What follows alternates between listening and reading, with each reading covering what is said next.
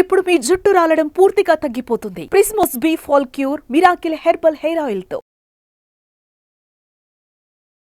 నమస్తే రమగారు. నమస్తే జయ. రమగారు, మనం దసరాల్లో ఎలాంటి పూజా విధానాన్ని ఫాలో అవుతామండి? సాధారణ పూజ అంటే 2 పూట్ల దీపారాధన చేసుకోవటము, ఏదైనా చదువుకోవటము, అమ్మవారికి నైవేద్యం పెట్టుకోవటము. దీంతో పాటుగా విశేషంగా చేసేవి 9 రోజులు దీక్షగా ఉండేవాళ్ళు కొంతమంది ఉంటారు. నవరాత్రి దీక్ష తీసుకుని భార్యాభర్త కుటుంబం మొత్తం అంటే గృహస్థు భార్యతో కలిసి చేసేది. ఇప్పుడు మనకి ఎక్కువగా గృహస్థుల వ్యవహారం కాకుండా స్త్రీల వ్యవహారంగా కనపడుతోంది కదా మా పూజ. అవునండి, మారిపోయింది కదా. అంతే కదా, మగవాళ్ళు ఈ పూజలకి వాటికి దిగలేదనుకో, ఆడవాళ్ళకి దసరా చేసుకోవాలనిపిస్తుంది. స్త్రీలు ప్రత్యేకంగా చేసుకోగలిగేవి 2 ముఖ్యమైన విధానాలు చెప్తారు. ఒకటి కుమారి పూజ, రెండోది సువాసిని పూజ. ఈ 2 మన దారిని మనం చేసుకోవచ్చు. మొదటి రోజు నుంచి రోజుకొక బాలని లేదా ఒక సువాసిని అర్చన చేసుకోవచ్చు. ప్రతిరోజు అంటే మొదటి 1, 2, 3, 4, 9 దాకా ఉన్నాయి కదా. 2 సంవత్సరాలు నిండిన పిల్ల దగ్గర నుంచి 2 years నుంచి 9 ఏళ్ల వరకు ఇలా ఒక్కొక్క బాలాస్వరూపానికి ఒక్కొక్క పేరు కూడా ఉంది. ఇది ఇట్లా కుమారి పూజ. ఈ మన బెంగాల్ వైపు కన్యా పూజనం చేస్తారు. అక్కడ కన్యకలే వాళ్ళకి అమ్మవారి స్వరూపం. మనకి సువాసిని పూజ కూడా ఉంది. మనం ఏంటంటే సువాసిని అర్చన ప్రీత అని చెప్పుకుంటాం. సువాసినుల చేత అర్చింపబడ్డం అంటే అమ్మవారికి ఇష్టము. సువాసిని అర్చించినా కూడా ప్రీతి చెందుతుంది. 2 అర్థాలు చెప్పుకోవచ్చు దానికి.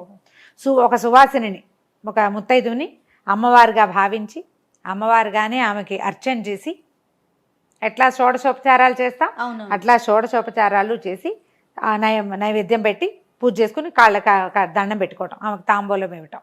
అమ్మవారికి ఎట్లా చేస్తామో అదే. ఇది ఒక పద్ధతి మనం అలవాటు చేసుకోవచ్చు. దీంట్లో 9 రోజులు 9 మందికి చేయాలా అనేది ఒక ప్రశ్న ఉంటుంది. కుదిరిందా? ప్రతిరోజు ఒక బాలకి ఒక సువాసినికి చేసుకోవచ్చు. ఒక కుమారి ఒక సువాసిని, లేదా ఒకేసారి 9 మంది ఆడపిల్లల్ని 9 మంది సువాసినులని మనం ఒకే రోజు అర్చించుకోవచ్చు. వాళ్ళనో రోజు వీళ్ళనో రోజు కూడా పెట్టుకోవచ్చు. ఇవేం కుదరలేదు మనకి. ఒక్క పిల్లని, ఒక్క బాల, ఏ వయసు కుదిరితే ఆ వయసు, ఒక్క సువాసిని మొత్తం దసరాల్లో అలాగైనా చేసుకోవచ్చు. ఇదే చేస్తే మంచిది, అది చేస్తే చాలదు లాంటివి భావించకండి. బాల అంటే సుమారుగా వయసు ఏమన్నా 2 ఏళ్ళు, అంతే. 2 ఏళ్ల నుంచి 9 ఏళ్ల వరకు. నా లెక్క ఏంటంటే ఏదైనా పెడితే చేత్తో తీసుకుని తినగలగాలి పిల్లలు. నేను కుమారి పూజ చేస్తే నాకు చాలా ఇష్టం. ఏటా చేస్తాను కుమారి పూజ. మేము 2 ఏళ్ల 3 ఏళ్ల పిల్లలుగా పిలిచిన వాళ్ళు ఇప్పుడు 13, 14 ఏళ్ల వాళ్ళు అయిపోయారు. వాళ్ళని పిలవడాలి. 9 ఏళ్ళు వచ్చేసరికి ఇంకా మానేస్తాం కదా. అయితే దీంట్లో ఒక ప్రత్యేకత ఏం చెప్తారంటే సువాసినులు అందరూ ఒకటే. సువాసినికి కుల విచక్షణ ఉన్నది అన్నది ఒక విషయం వినపడుతూ ఉంటుంది. ఒక ఏ జాతి వాళ్ళు వాళ్ళకే పూజన చేసుకోవడం అలా ఉన్నది.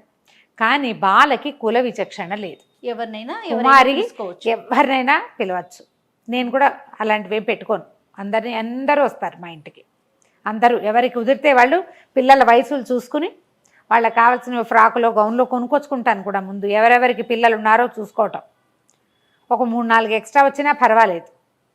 కనీసం 9, ఆ పైన ఇంకా 3, 4, 5, 6 వచ్చిన సంవత్సరం కూడా ఉంది ఒక్కొక్కసారి.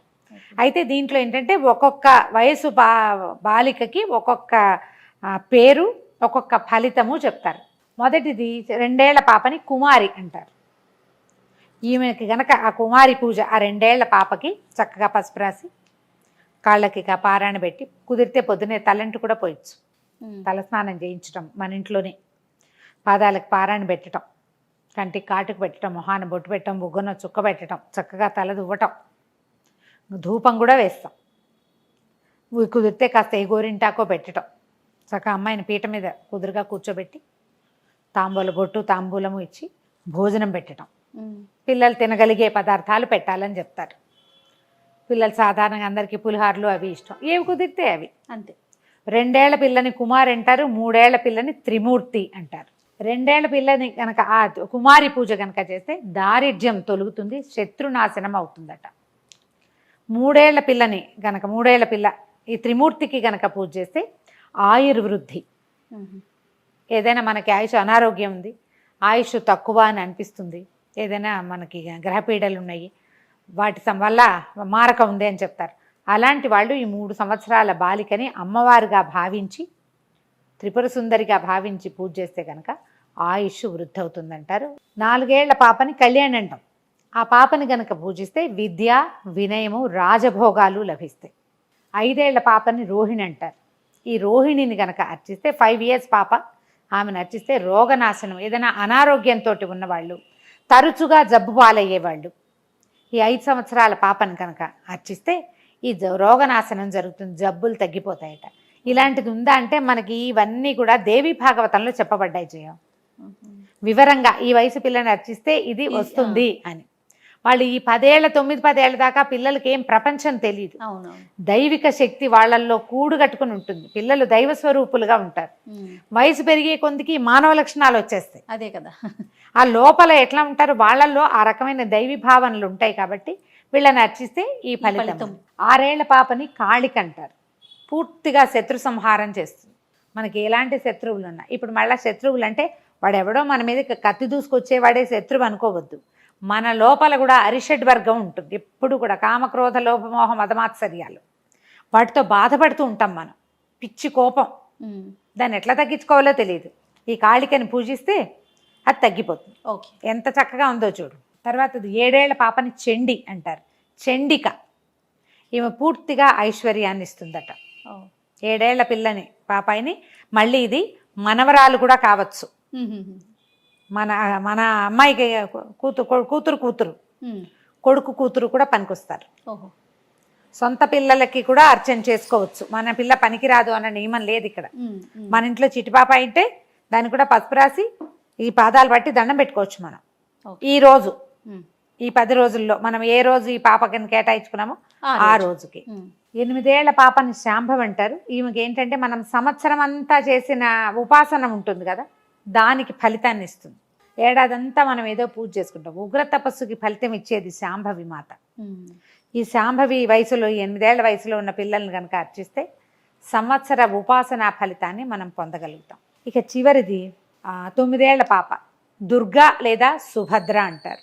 కోరిన కోరికలు తీరుతాయి. వాంఛితార్థప్రదాయిని దుర్గా. సుభద్ర అన్నా కూడా ఇంచుమించు అలాంటి పేరే. ఈ 2 పేర్లలో ఏదో ఒక పేరు చెప్తారు. ఇలా 2 నుంచి 9 ఏళ్ల వరకు ఉన్న పిల్లల్లో ఏ వయసు పిల్లలు కుదిరితే ఆ వయసు పిల్లలు. కరెక్ట్గా ఈ మొత్తం అంతా లైన్ అంతా కావాలని భావించద్దు. ఎవరు కుదిరితే వాళ్ళు, అది ఏ వయసు పాప మీకు అవకాశం లభిస్తే ఆ పాపనికి సంతోష పెట్టండి. బలవంతం కాదు. ఏది తింటారో అది కనుక్కుని పెట్టాలి, వాళ్ళకి నచ్చేది. ఓ పిల్ల లాస్ట్ టైం ఐస్ క్రీమే తింటానని నేర్చింది మా ఇంట్లో.